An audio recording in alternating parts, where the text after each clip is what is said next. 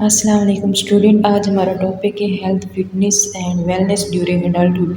Chapter 7 है health and wellness का। हम इसको पढ़ते हैं। सबसे पहले हम देखते हैं unique challenges during adulthood. Adulthood के दौरान जो होते हैं कौन सी चैलेंजेस आती है इसमें वो बताते हैं। अडल्ट जो होते हैं वो टर्म अडल्ट जो होते हैं वो बहुत फिजिकल मेचुरेशन होती है। इंसान की जिस्मानी जो अडल्ट हो रहे होते हैं उनकी जिस्मानी मेचुरेशन भी हो रही होती है और साइको सोशल ट्रांजिशन भी हो रही होती है। इसके लिए पहले वो डिपेंड कर रहे होते हैं, दूसरों पे डिपेंड करते हैं, लेकिन बाद में ना वो सेल्फ रेलिएंट होने शुरू हो जाते हैं और अपने पर्सनल बिहेवियर्स के खुद ही रिस्पॉन्सिबल हो जाते हैं। साफ ज़रा जब एक बच्चा छोटा होता है तो वो दूसरों पे डिपेंड कर रहा होता है, लेकिन जब वो अडल्टहुड में आता है तो वो ना फिजिकल मेचोरेशन उसकी फिजिकल भी मेचोरेशन हो जाती है और साइको सोशल भी ट्रांजिशन हो जाती है और वो सेल्फ रेलिएंट हो जाता है और रिस्पॉन्सिबल होता है अपने सेल्फ बिहेवियर्स का, पर्सनल बिहेवियर्स का। उसके बाद adult health and wellness risk, यानी कि अडल्ट की हेल्थ और वेलनेस में कौन से रिस्क होते हैं। इसमें जो होते हैं मेजर सिस्टम जो होते हैं वो इफेक्टिव होते हैं, जिसमें इंटेगुमेंट्री हो गया, कार्डियोवास्कुलर हो गया, न्यूरोमस्कुलर एंड मस्कुलोस्केलेटल सिस्टम जो होते हैं कॉमन इंट्रोड्यूस होते हैं फिजिकल थेरापी में, जिसको फिजिकल थेरापी में ट्रीटमेंट किया जाता है। उसके बाद हम नेक्स्ट देखते हैं अडल्ट हेल्थ वेलनेस रिस्क।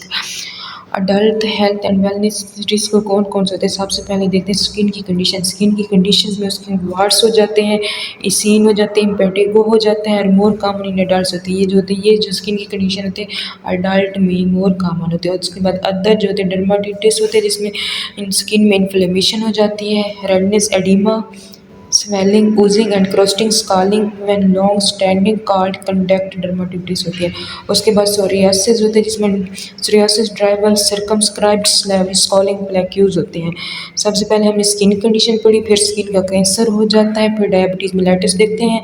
ये भी अडल्ट में रिस्क होता है। डायबिटीज़ मेलाइटिस जो होती है टाइप 1 डायबिटीज़ जो होती है वो किसी भी एज पर हो सकती है।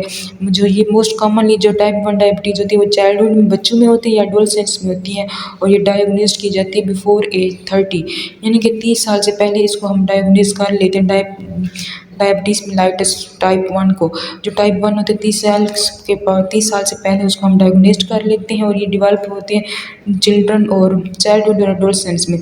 टाइप 2 डायबिटीज़ जो मेलाइटिस जो होती है वो क्या होते हैं डायग्नोज आफ्टर एज 30, यानी 30 साल के बाद इसको डायग्नोज किया जाता है। इसमें जनरली जो होती है प्रेजेंट होते हैं हाइपरग्लाइसीमिया हो जाते हैं, पोलीयूरिया यानी कि फ्रीक्वेंट यूरिनेशन होती है, पोलीडिप्सिया यानी कि एक्सेसिव थ्रस्ट हो जाती है, उसको प्यास भी ज़्यादा लगती है, वेट लॉस हो जाता है ड्यू टू डिहाइड्रेशन की वजह से उसका वेट भी कम हो जाता है। उसके बाद हम देखते हैं cancer and uncontrolled cellular proliferation. उसके बाद इसमें ओबेसिटी भी होती है।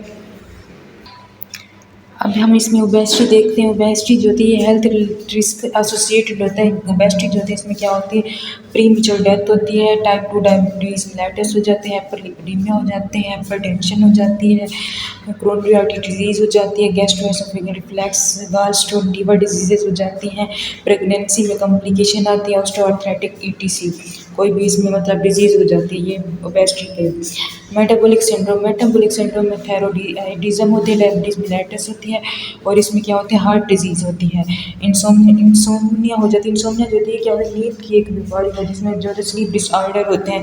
इसमें जो होती है इंडिविजुअल्स की जो होती है नींद इनएडिक्वेट हो जाती है, उसकी नींद ही पूरी नहीं होती। इसमें वो बता रहे हैं is an individual perception that sleep quality is inadequate और non restorative despite having the opportunity to sleep होती है, यानी कि स्लीप की क्वालिटी जो होती है वो इनएडिक्वेट होती है, वो स्लीप की अपॉर्चुनिटी ही नहीं रखते। इसमें जो होते हैं उसको डिफ़िकल्टी होती है सोने में, स्लीपिंग टू लाइटली, इसको नींद जो आती है वो बहुत ही हल्की होती है और ईज़िली इसको डिस्ट्रप्टेड किया जा सकता है और वो मॉर्निंग में उठता है और फिर दोबारा नहीं सो पाता, उसको ये इनएबिलिटी होती है, early morning awakening and inability to fall back sleep.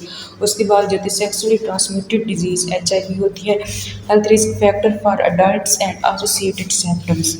इसको हम देखते हैं नेक्स्ट में obesity preventive care for obesity. हम वो कहते हैं ओबेसिटी को हम कैसे केयर कर सकते हैं, कैसे रोका जा सकता है। इसमें वो बताते हैं कि जो हेल्थी वेट प्रमोट करते हैं उसकी लाइफस्टाइल बारे में एडवोकेट करना चाहिए, advocate life style to promote a healthy weight, और इंडिविजुअल को आगाह करना चाहिए risk of inappropriate weight gain, कि उसका वेट ज़्यादा हो रहा है तो उसको हमें आगाह करना चाहिए इसके नुकसान कौन से होते हैं, और वेट लॉस करने के उसके फ़ायदे कौन से होते हैं, हमें इंडिविजुअल्स को ये बताना चाहिए। उसके बाद हम उसकी बेसलाइन मेयर्स करनी चाहिए, उसके वेट की, हाइट की, BMI की, वेस्ट सर्कमफ्रेंस की मेयर्स करनी चाहिए, और ब्लड प्रेशर को मॉनिटर करवाना चाहिए। उसके बाद हम असेस करें current level of physical activity, जिससे कि ईटिंग हैबिट्स हो गया and readiness to make long term life style changes होगी। हम उसकी फिजिकल एक्टिविटी को असेस करें, eating habits and readiness to make long term life style changes होगी। उसमें गाइड करें individuals to weight management, individuals को गाइड करने के वो अपने वेट को मैनेजमेंट करें under the supervision of their physician, अपने फिजिशियन के सुपरविजन में वो अपने वेट को मैनेज करें। उसके बाद हम देखते हैं provide ongoing support and encouragement, हमें ना जो इंडिविजुअल्स होते हैं वेट ट्रीटमेंट प्रोग्राम में इंडिविजुअल होते हैं उसको सपोर्ट और इंकरेजमेंट करनी चाहिए। उसके बाद जो है recognise behaviour and environmental factor, कि जिसकी वजह से वेट इंक्रीज़ हो रहा है, वजन बढ़ रहा है, तो हमें ना वो जो बिहेवियरल और इन्वायरमेंटल फैक्टर्स होते हैं उसको भी रिकॉग्नाइज करना चाहिए। उसके बाद आइडेंटिफाई हेल्थ प्रोफेशनल इन कम्युनिटी, जो हेल्थ प्रोफेशनल में क्या होते हैं, कम्युनिटी में होते हैं, उसको आइडेंटिफाई करना चाहिए। Who are critical to the treatment of adults, कि क्या क्रिटिकल है अडल्ट्स की ट्रीटमेंट में। हु आर ओबीज, जो ओबीज हैं, including registered dietitians, bariatric surgeons and mental health professionals. उसके बाद जो है प्रोवाइड करनी चाहिए रेलिवेंट हेल्थ एजुकेशन मटीरियल। उसके बाद become aware of and share community resources date can exist in the management of overweight and obesity problems. उसके बाद हम नेक्स्ट देखते हैं risk factor for metabolic syndrome. Metabolic syndrome के कौन से रिस्क फैक्टर होते हैं, इसमें वो बताते हैं एब्डोमिनल या सेंट्रल ओबेसिटी हो जाती है, जिसमें वेस्ट साइड जो होता है वो 40 इंचेस से ज़्यादा हो जाता है मैन में, और 35 इंचेस से ग्रेटर होता है वुमेन में। इसमें वो बताते हैं हाई लेवल ऑफ ट्राइग्लिसराइड्स हो जाते हैं, फास्टिंग ब्लड ग्रेटर देन 150 हो जाता है, low levels of high lipoprotein जो होता है वो कम हो जाता है, और जो होता है हाई ब्लड प्रेशर हो जाता है, हाई लेवल ऑफ ग्लूकोज हो जाती है, इंसुलिन रेजिस्टेंस हो जाती है। नेक्स्ट हम देखते हैं कैंसर की सिम्टम्स। कैंसर की सिम्टम में वो बताते हैं persistent cough and blood tinged saliva हो जाती है, यानी कि उसको कफ ही रहती है, खांसी रहती है। कफ जो होती है वो 1 मंथ से ज़्यादा होती है, और जो कफ स्पुटम होता है उसमें ब्लड आना स्टार्ट हो जाता है। उसके बाद जो होते हैं बोल हैबिट जो होती है उसमें चेंजेस आ जाती हैं, ब्लड इन स्टूल वो अनएक्सप्लेन एनीमिया यानी कि ठीक हो जाती है, जिसको एक्सप्लेन नहीं किया जा सकता। उसकी ब्रेस्ट जो होती है डिस्चार्ज हो जाती है, ब्रेस्ट लंप हो जाती है, लंप इन टेस्टिकल्स में हो जाती है, और उसकी यूरिनेशन जो होती है वो चेंज हो जाती है, इमेच्योरिया हो जाती है। उसके बाद जो होती है persistent lumps और swollen glands हो जाते हैं, obvious change in parts और मोल्ड हो जाते हैं, इंडाइजेशन हो जाती है, इनके उसको swallowing में डिफ़िकल्टी हो जाती है, unusual vaginal bleed या डिस्चार्जिंग हो जाती है, अनएक्सप्लेन्ड वेट लॉस हो जाता है, उसका वेट लॉस भी ज़्यादा हो जाता है जिसको एक्सप्लेन नहीं किया जा सकता, नाइट स्वेट्स हो जाते हैं, फीवर हो जाता है, नॉन हीलिंग सोर्स हो जाते हैं, हेडेक हो जाता है, बैक पेन हो जाता है। अब हम क्लिनिकल साइन एंड सिम्टम्स देखते हैं HIV इन्फेक्शन। इसमें क्या होता है, क्रोनिक होता है, ड्राई स्क्रैची कफ होती है, और टाइटनेस या प्रेशर हो जाते हैं चेस्ट पे, यानी कि चेस्ट पे प्रेशर आ जाती है, वो टाइटनेस हो जाती है। उसके बाद रैपिड वेट लॉस हो जाता है, वेट लॉस जल्दी हो जाता है, प्रोफ्यूज नाइट स्वेट्स हो जाते हैं, कॉन्टिन्यूस अनएक्सप्लेन्ड फटीग हो जाती है, diarrhoea longer than a week हो जाती है, 1 वीक से ज़्यादा उसको डायरिया हो जाती है, स्वॉलिंग लंग्स ग्लैंड्स हो जाते हैं, sores white spots blemish in the mouth gums और टंग हो जाते हैं, burning sensation and altered sense of taste हो जाती है, उसको निमोनिया हो जाते हैं, एक्सेसिव ब्लीडिंग और ब्लीडिंग हो जाती है।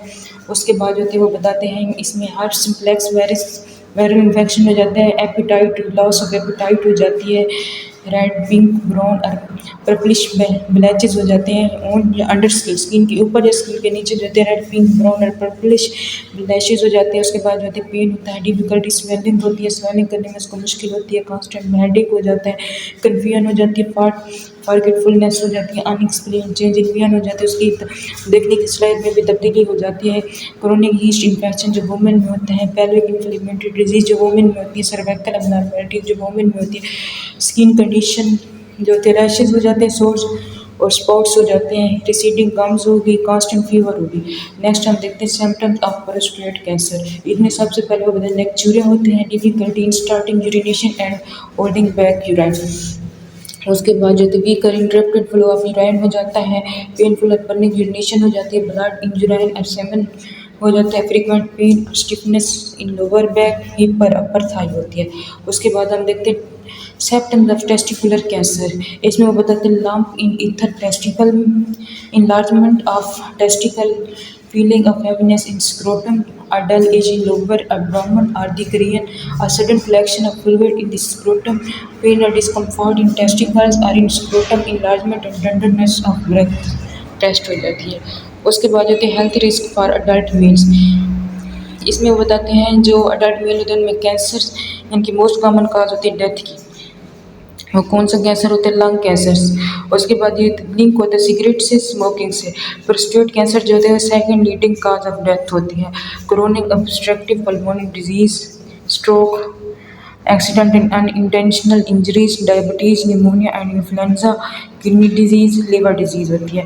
अब screening guideline for bath man and women, इसमें वो बताते हैं हम उसका ब्लड कोलेस्ट्रॉल लेवल टेस्ट करवाते हैं, फिर इलेक्ट्रोकार्डियोग्राफी यानी कि उसकी ईसीजी करवाते हैं, चेस्ट एक्सरे करवाते हैं, ब्लड केमिस्ट्री टेस्ट करवाते हैं, कंप्लीट ब्लड काउंट टेस्ट करवाते हैं, उसका थायराइड स्टिमुलेटिंग हार्मोन टेस्ट करवाते हैं, ट्रांसफेरिंग सेचुरेशन टेस्ट करवाते हैं, यूरिनालाइसिस करवाते हैं। नेक्स्ट हम देखते हैं ओरल हेल्थ।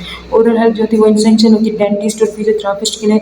डेंटिस्ट और फिजियोथेरापिस्ट को ना आगाह होना चाहिए जो फॉलोइंग इंडिकेटेड डिजीज होती है, यानी कि sore in mouth that does not heal, mouth में सूर हो जाते हैं जो हील नहीं हो रहे होते, लंप और थिकनिंग के नीचे चेक में जो होती है वो क्या होती है, थिकनिंग हो जाती है, वाइट और रेड पैचेस हो जाते हैं गम्स पे, टंग पे और लाइनिंग ऑफ द माउथ पे वाइट और रेड पैचेस हो जाती हैं। Soreness or the feeling that something is caught in the throat, ऐसी फीलिंग हो रही थी जैसे कोई गले में कोई चीज़ कॉट हो गई। डिफिकल्टी इन च्यूइंग, चबाने में भी उसको मुश्किल होती है और निगलने में भी होती है, swallow. Difficulty in moving the jaw and tongue, उसको ना फिर टंग और जॉ को मूव करने में भी डिफिकल्टी होती है। नमनेस ऑफ द टंग और other area of mouth, numbness हो जाती है टंग में या other area of the mouth में। Swelling of the jaw, jaw में स्वेलिंग हो जाती है। Fitness in adulthood, fitness in adulthood इसमें क्या होता है, हाई रिस्क इंडिविजुअल होते हैं, मॉडरेट रिस्क फैक्टर होते हैं और नॉर्मल क्या होते हैं, low risk individual. High risk individual में वो बताते हैं इंडिविजुअल जो होते हैं अनस्टेबल मेडिकल कंडीशन होती है। अनस्टेबल मेडिकल कंडीशन का मतलब है कि इसमें कार्डियोपल्मोनरी और मेटाबॉलिक डिजीज प्रोसेस हो जाती है। और मॉडरेट रिस्क फैक्टर में क्या होता है, एक्सरसाइज जो होते हैं 45 ईयर्स और older females, 55 year and older and individual of either gender with 2 or more risk factor of coronary artery disease होते हैं। और those below these ages with no more than one risk factor are considered low risk factor होती है। अब suggested adult physical activities 30 minutes of moderate intensity physical activity करवाते हैं हम adult को। 30 मिनट के लिए उसको फिजिकल एक्टिविटी करवाते हैं मॉडरेट लेवल पे, जिसमें क्या होता है, ब्रिस्क वॉकिंग होगी और most and preferable all days of the week.